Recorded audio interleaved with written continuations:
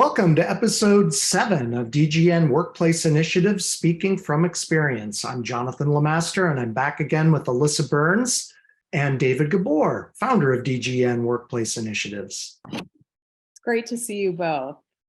David, I know that you created DGN Workplace Initiatives to help organizations foster diverse workplaces, free from harassment and discrimination, and that your goal is to help organizations grow and thrive. I've heard you talk a lot about the importance of preparing managers in advance before an employee raises an issue. Can you talk a little bit about that? Oh, thank you so much. One of the things that has frustrated me over the years is when lawsuits are brought that could have been avoided had the manager handled a request or a concern advanced by an employee properly. And sometimes all that requires is a 1-hour training for managers, and then employers don't wind up in cases that can cost anywhere from a couple of $100,000 to over $1 million. David, can you give us an example from a case why this is important? Absolutely, Jonathan. Thank you for asking. And Alyssa, thank you for being here as well. One example is a case that came out of Tennessee in federal court where an employee requested a simple accommodation.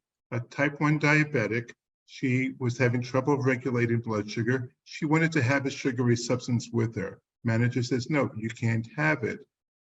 She gets a low blood sugar. She drinks a bottle of orange juice. She paid for it, $1.89. The employer found out that she drank the orange juice, fired her, even though she had paid for it. This cost the company more than $750,000.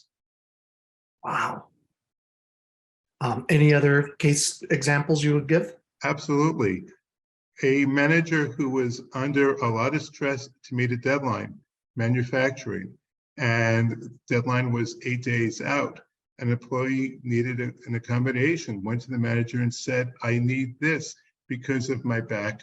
The manager thought, deadline, deadline, deadline. No, you can't have that. I need all hands on deck.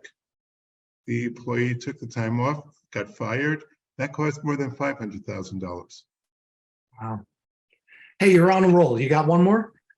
Okay, sure. This is a situation where there was an employee who complained about being the victim of sexual harassment. Manager said, oh no, that person, he would never have done that. You must have misunderstood what he was saying.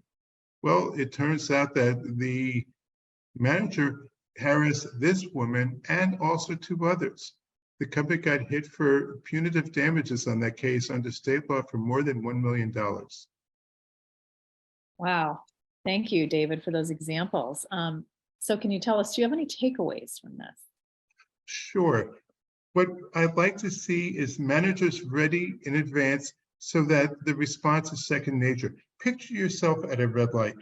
You're the front car, middle lane, lights red, and there are cars coming around, pedestrians on the road, and the light turns green. You floor it. No, you don't floor it. You look left, you look right, and then when you make sure there's no pedestrian in the intersection, no cars jumping the light, you proceed. You do that without even thinking about it. You're both not in your head, so clearly you both do that. That's what managers need to do. They need to know reflexively how to respond in that situation. It will save the company so much angst and so much in the way of legal fees, unwanted turnover, morale, and employee engagement. Thank you so much, David. Appreciate it. This has been episode 7 of DGN Workplace Initiatives, Speaking from Experience. David is available to prepare your managers so that they don't make the same mistakes that he's discussed today.